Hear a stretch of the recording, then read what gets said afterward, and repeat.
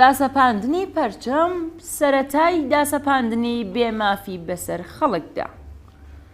لەگەڵ پەرەسەندنی شۆڕشی ژن ژیان ئازادی، گروپە جۆرا و جۆرە سیاسیەکان زیاتر لە دەرەوەی وڵات هەر کامە و خەریکی وێناکردنی وێنەی خۆیان لە دەسەڵاتی سیاسی دوای ڕووخانی کۆماری ئیسلامی.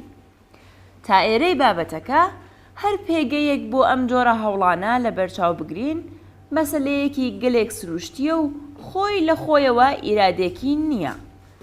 بەڵام لەم نێوانەدا ناسیۆنالیستە توندڕەوەکان لە تەیفی سەڵتەنەتخوازان لە دەرەوەی وڵات و لە ڕاگەیەنەرەکاندا پێیان لەوە زیاتر ڕاکێشاوە و بە شێوازی دژی دموکراتیک و دووبەرەکی نانەوە شەڕی ئاڵایان خستۆتە ڕێ.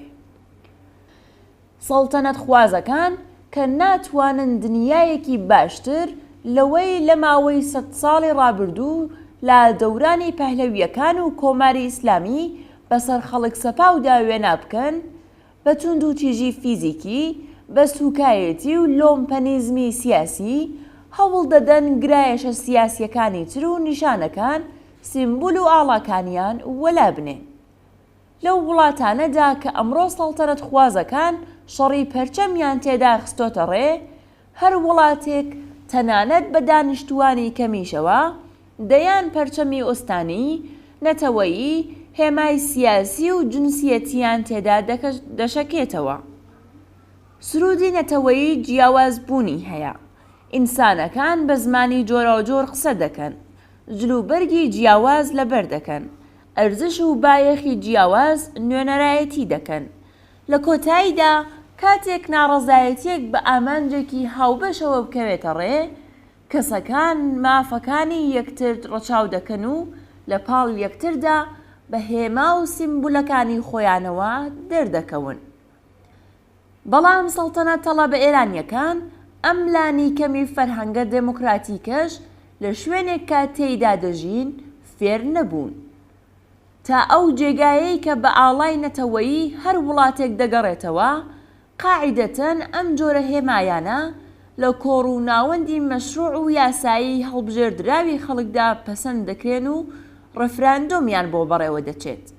بەڵام ئەو سەڵتەنەتە تەڵەبانەی ئێمە قسەیان لەبارەوە دەکەین کە خۆیان بە نیژادی بانتر دەزانن، بە داخوازی کەمینەوە هەوڵ دەدەن تا پەرچەم، سیمبول و سرودی ڕەگەز پەرستانە و تەبعیزامیزی خۆیان وەکو داخوازی گشتی نیشان بدەن و بە زۆر بەسەر ئەوانی تریدا بسەپێنن.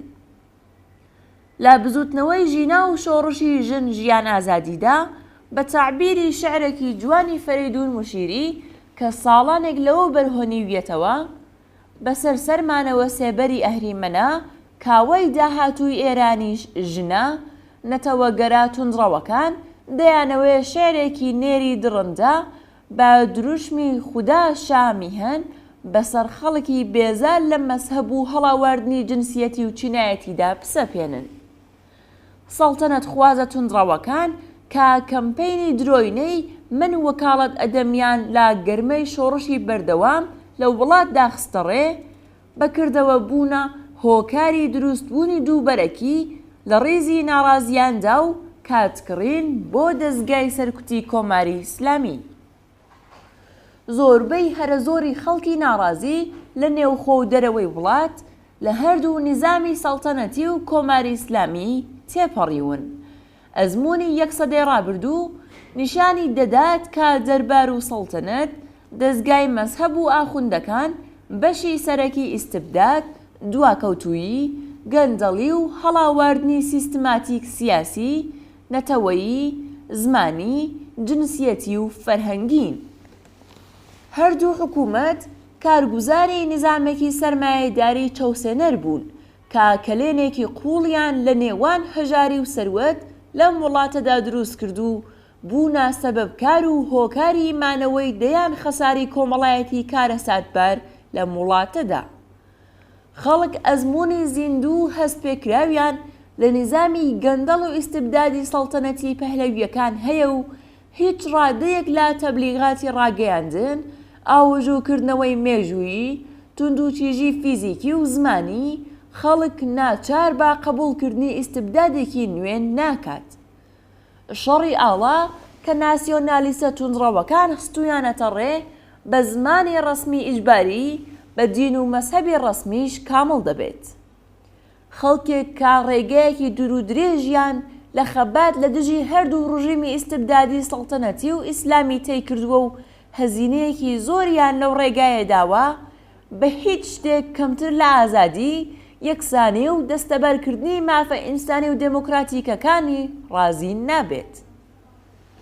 شۆڕشی ژن ژیان ئازادی پشتی لەژێر گوشار و قورسایی هاوکاری ڕاستەوخۆ و ناڕاستەوخۆی ئۆپۆزیسیۆنی ڕاست و کۆماری ئیسلامیدا ڕاست دەکاتەوە و جارێکی تر شکۆدارانە تا دەستەبەرکردنی یەکسانی، ئازادی و گەیشتن بە نیزامێکی سیاسی دموکراتیک و ئازاد بە دوور لە هەر چەشنە هەڵاواردن و نایەکسانیەک بەردەوام دەبێت.